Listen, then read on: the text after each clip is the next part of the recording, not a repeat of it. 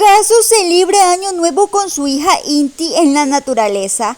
Kazu y su pequeña Inti decidieron recibir el Año Nuevo alejadas de la ciudad, disfrutando de la tranquilidad de la naturaleza.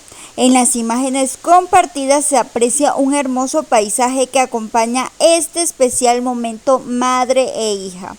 La cantante argentina optó por un inicio de año en calma, enfocada en disfrutar de su bebé, quien se ha convertido en el motor de su vida. Un inicio de año lleno de amor.